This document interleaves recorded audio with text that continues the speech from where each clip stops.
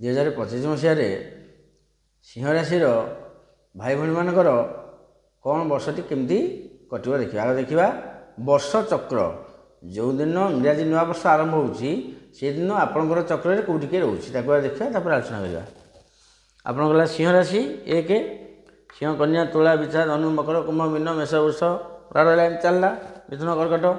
ଆପଣଙ୍କର ଦଶମରେ ରହିଲେ ବୃହସ୍ପତି ବୃଷ ରାଶିରେ, ଦ୍ୱାଦଶ ରହିଲେ ମଙ୍ଗଳ ନିଜ ରାଶି ବା କର୍କଟ ରାଶିରେ ଦ୍ୱାଦଶ ରହିଲେ, ଦ୍ୱିତୀୟ ରହିଲେ କେତୁ କନ୍ୟାରେ, ଚତୁର୍ଥ ରହିଲେ ବୁଧ ମଙ୍ଗଳ ଘରେ ବିଛାରେ, ପଞ୍ଚମ ରହିଲେ ରବି ବୃହସ୍ପତିଙ୍କ ଘରେ, ଷଷ୍ଠ ରହିଲେ ଚନ୍ଦ୍ର ଶନିଙ୍କ କ୍ଷେତ୍ରରେ, ସପ୍ତମ ରହିଲେ ଶନି ଶୁକ୍ର ନିଜ ଘରେ, ଶନି ସୁଗୃହୀ ସପ୍ତମ ସ୍ଥାନ ନିଜ ଘରେ ବସିଛନ୍ତି, ଶୁକ୍ର ବି ତାଙ୍କ ସହିତ ଅଛନ୍ତି।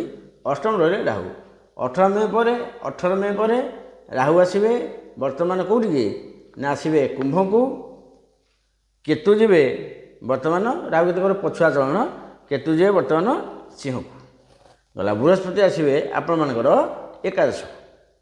ଯେତେବେଳେ ବୃହସ୍ପତି ଏକାଦଶକୁ ଆସିବେ, ରାହୁ ଯେତେବେଳେ କୁମ୍ଭକୁ ଆସିବେ, କେତୁ ଯେତେବେଳେ ଯିବେ ସିଂହକୁ, ସେତେବେଳେ ସେ କଥା କହିବା, ଏଇନେ କହିବା ଆବଶ୍ୟକ ନାହିଁ, ଟିକେ ଟିକେ ଫଳ କହିବା ଯେ ବୃହସ୍ପତି ଯେହେତୁ ଆପଣଙ୍କର ଏକାଦଶରେ ଏ ବର୍ଷ ଆସନ୍ତା ବର୍ଷ ରହିବ 25 ମସିହା, ପ୍ରାୟ ଶୁଭ ଫଳ ଦେବ।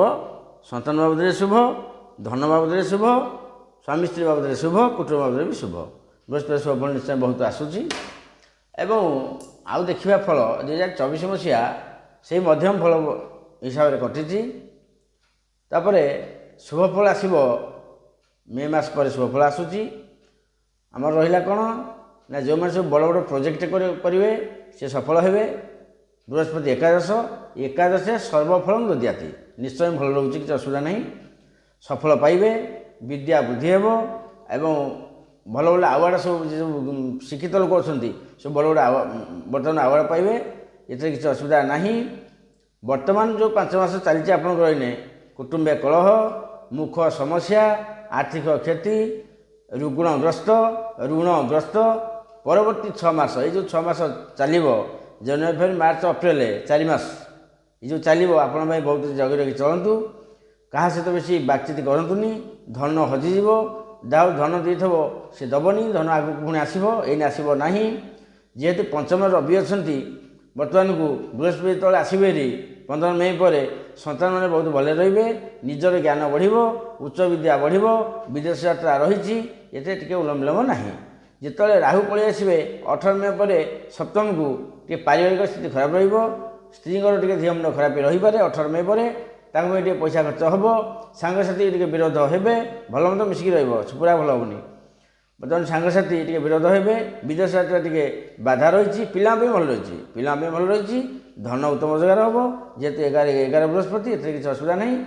ଗୋଚର ଫଳ ହେଉଛି 130%, ମୁଁ ସଦାବେଳେ କହିଛି। ତେଣୁ ଏ ଫଳରେ ଶୁଣିକି ନାଚିବା ଦରକାର ନାହିଁ। ଯେଉଁଟା ଗ୍ରହ ସ୍ଥିତି ଫଳ ସେ ପୁରା ଏକଦମ 100% ଗ୍ୟାରେଣ୍ଟି। ଇଏ ଯେହେତୁ 30% ଫଳ ଯାହାହେଲେ ବି ଆସିବ, ସାପ କାମୁଡ଼ି ଦେଲେ ମରିଯିବ, ପିମ୍ପୁଡ଼ି କାମୁଡ଼ିଲେ ବି କାଟିବ। ଯେହେତୁ ଫଳ ଗୋଚର ଫଳ ନିଶ୍ଚୟ ସେ କାମକୁ ଆସିବ, କିଛି ଅସୁବିଧା ନାହିଁ। ଏଭଳି ଭାବରେ କର୍କଟ ରାଶି ଆମର ସିଂହ ରାଶି ମଧ୍ୟମ ଫଳ ଏ ବର୍ଷ ରହିଛି। ଫେର ଦେଖିବା ପରବର୍ତ୍ତୀ ରାଶି।